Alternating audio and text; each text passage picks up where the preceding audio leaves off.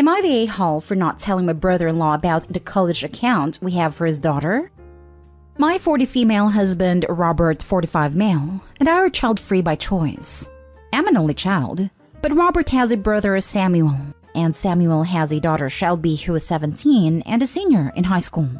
Shelby's mom and Samuel split up when Shelby was 3, and he's never been a very enthusiastic father and did not file for custody, but he gets visitation and pays court-ordered child support.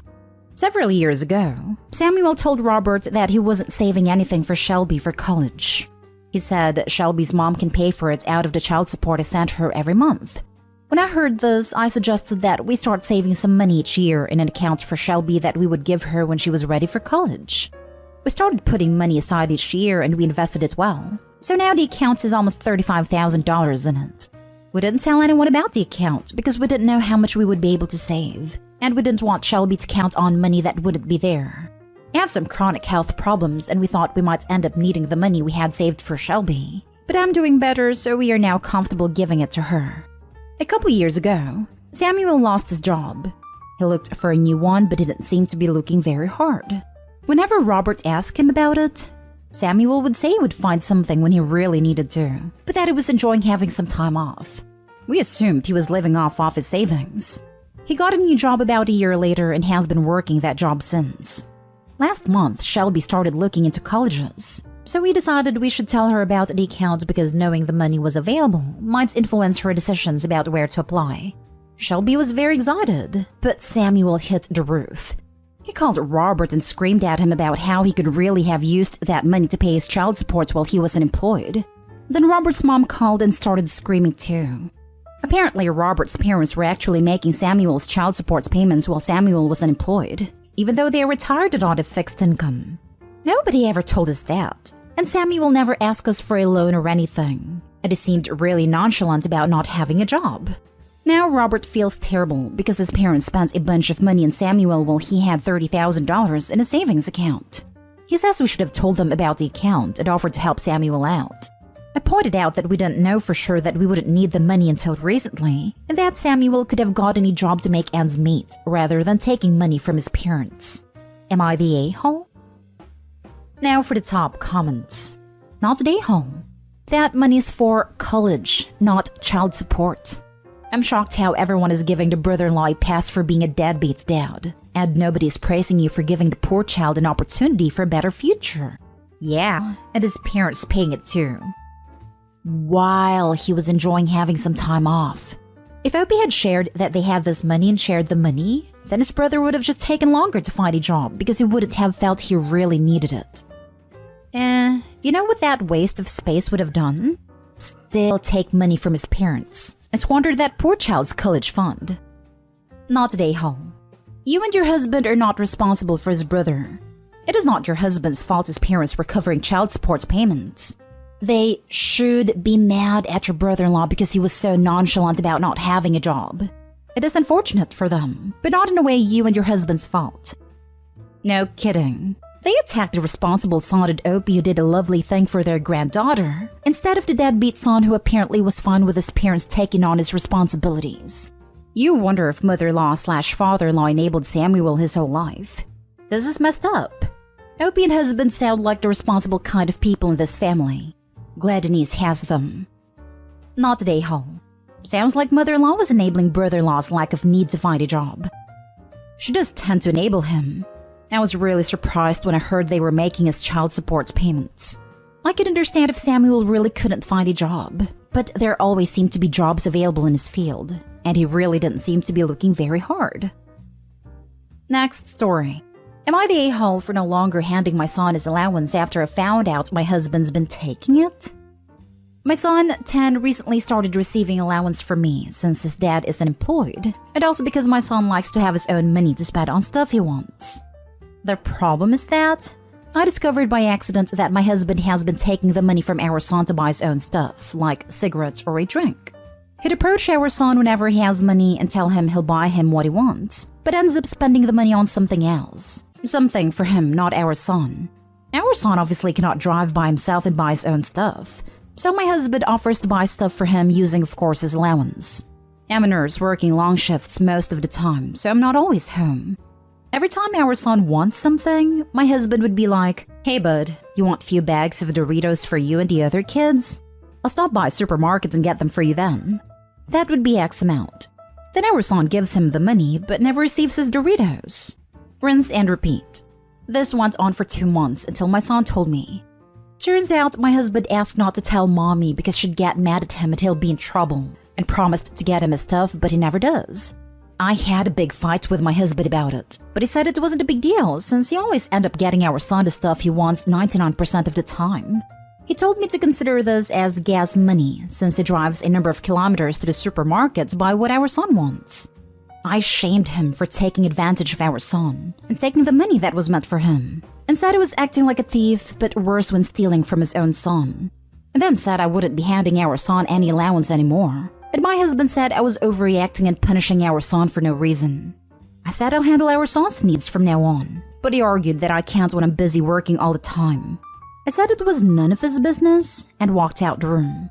He kept nagging me saying my son will resent me if I stop handing him money, but I refused to engage any further in the argument and guilt tripping. He keeps calling me heartless and financially controlling to take away the allowance. Am I the a-hole? Not the a-hole, and I think your problem is way deeper than the allowance issue. What your husband is doing is a real breach of trust. The father's literally stealing from his own son to buy cigarettes. My blood pressure would be through the roof. Not just stealing, but asking his son to keep secrets from his mother. That's not good or safe. What happens if another adult does something and tells the kid to keep it a secret? He'll think it's normal since his dad does the same thing.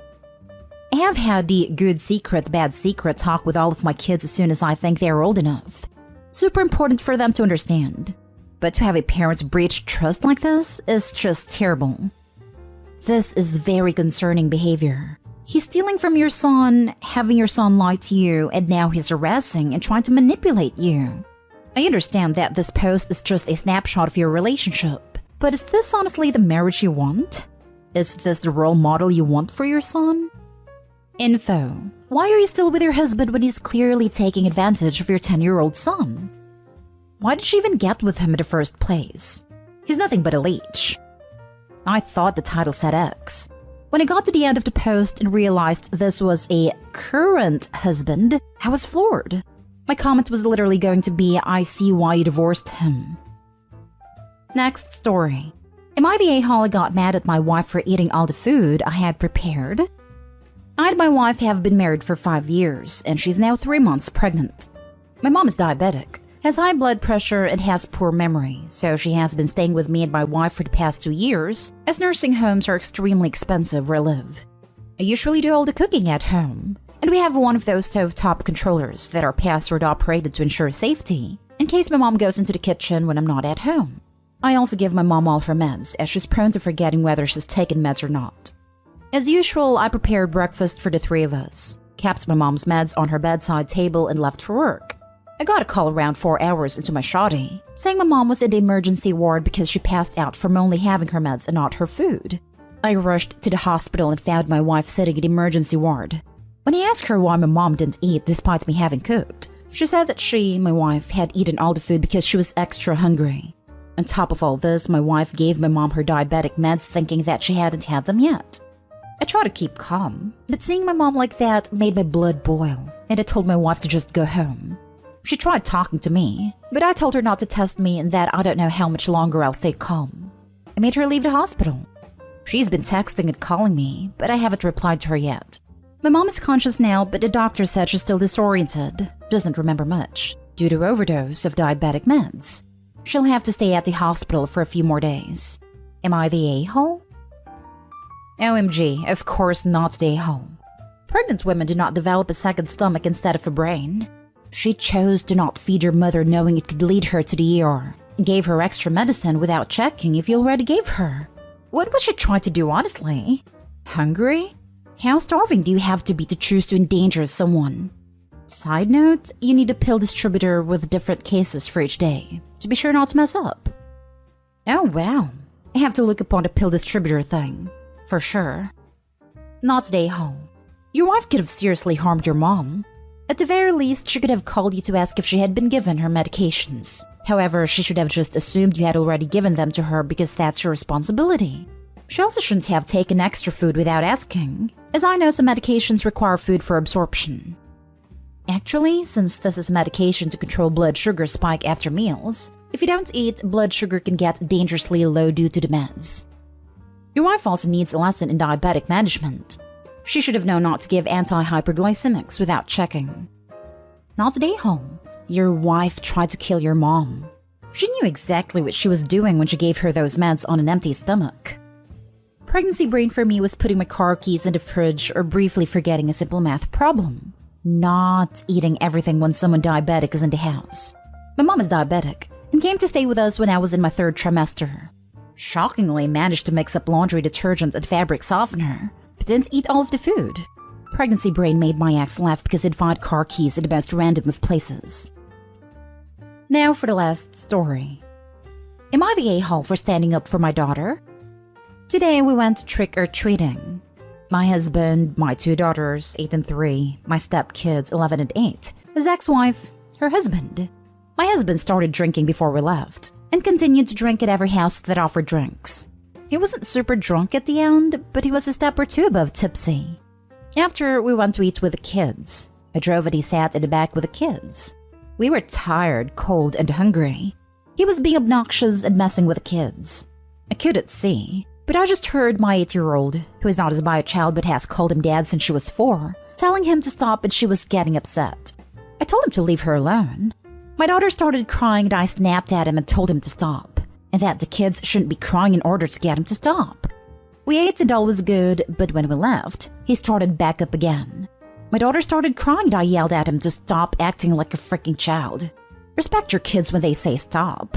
He said, I'm just having fun. He has a history of having fun at the expense of the kids. I said, you can't torment them and say you're just playing when you're the only one having fun. She doesn't like it, so stop. When we got home, he told my daughter that she needs to go to her room until she calms down. I told him she doesn't need to because she's not going to be punished for his behavior. He started on her, telling her all types of stuff about how she's a wimp, a crybaby, too sensitive, needs to toughen up, and that it's your mom's fault for cuddling you. She's raising a participation trophy brat. He was telling her he's trying to teach her to be tough, and she defended herself and yelled, "You're not teaching me anything. You're just tormenting me and trying to make me feel like being sensitive is bad." I stood up for my daughter. I told him he was out of line and he was not going to name-call my child. He tried to tell her it was her fault that we were arguing, and I told him it was his fault. We've been discussing him adopting her, and in the privacy of our bedroom, I told him he was not adopting her because of his behavior, and went to the living room and said, "I'm never adopting you because you're a wimp." Daughter went to her room crying and I went to go to comfort her. I came in and gave a half-baked apology with excuses, blamed me for arguing with someone who is drinking, and thinks I'm wrong for not having his back from the start. My stepkids told him he was wrong. Then he gave a better apology, but it feels too late. He says he doesn't know how to play with her because she doesn't like his ribbing and always cries. I told him he has had 5 years to figure out how to bond in a way that she likes, and he's selfish for thinking that it's his way or no way. My daughter is still hurt. I'm still hurt. My stepkids are hurt, and he still thinks if I would have just told her to stop being a baby, it would have never gotten this far. He thinks I'm the a-hole, not him. Now for the top comments before reading the little update. Why are you with this monster? He is abusive as heck. He should never be alone with your children ever. You need to look out for the best interest of your children. Take your kids and go.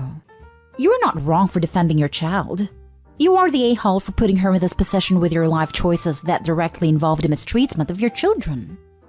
She says he's had 5 years to bond with her daughter, which means Opie has had those same 5 years to realize what a complete jerk he is to her daughter and is still keeping him around. Sounds like he's been like this for 5 years, and Opie just assumes he's going to change? Opie, you're the a-hole. Your daughter needs out from this situation right now. It's long past due. Everyone sucks here, and I'm not quite sure why people are cuddling you with NTAs and NAHs. So this is it? This is the grand consequence to that crap trophy night? He was heavily drinking when he was on an activity with his children. He was repeatedly antagonizing your child to the point of tears even after being told off, and tried to punish her for the reaction to his harassment. After he was told off by you, he sought your daughter out for the express purpose of verbally and psychologically mistreating her with insults and name-calling. And when told he wouldn't get to adopt her because of behavior like this, he sought her out again to emotionally mistreat her some more. And not only are you telling us that this is just the worst instance of years of him amusing himself by mistreating the children, he is still doubling down on blaming and name-calling your daughter now he's sober again. And your response is running to Reddit to ask a bunch of strangers if you're an a-hole because you dared to defend her while this was going on? AKA the barest minimum one would expect of a mother. Shove your butt off of Reddit and start drawing hard lines. That guy needs to see a therapist. Your daughter too, if that's how he treats her. Because that's hardcore awful what he's doing. He needs to work through his behavior, which is horrible and not a dad persona, and change his acts real quick under guidance, or you need to remove your children from his influence. Him getting to stay in their life as their in-house tormentor and mistreat them some more but without being their adoptive father is not an acceptable deterrent or consequence. He can make active, measurable steps to change, or he can be removed from the equation. Now for the little update. I've read every single comment on this post and every DM. As I said, this was an eye-opening moment for me. I sent this post to my husband with the hope that it will open his eyes to see that it's time to break the cycle of awful behavior with professional help. I can't fix him. Otherwise, yes, this will be a deal breaker, and this will be the hill for my marriage to die on. I'm sorry I'm not understanding where everyone is getting the idea that he's treated her this way for 5 years. He's been in her life for 5 years. This is the first time anything like this has ever happened.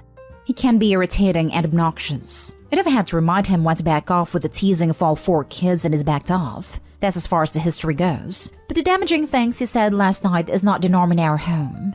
This is not me defending him. This is me saying no, I've not sat back for 5 years while my daughter is verbally and emotionally mistreated. He's normally a loving dad and our kids adore him. But the incident last night was the first of its kind, and it was one too many.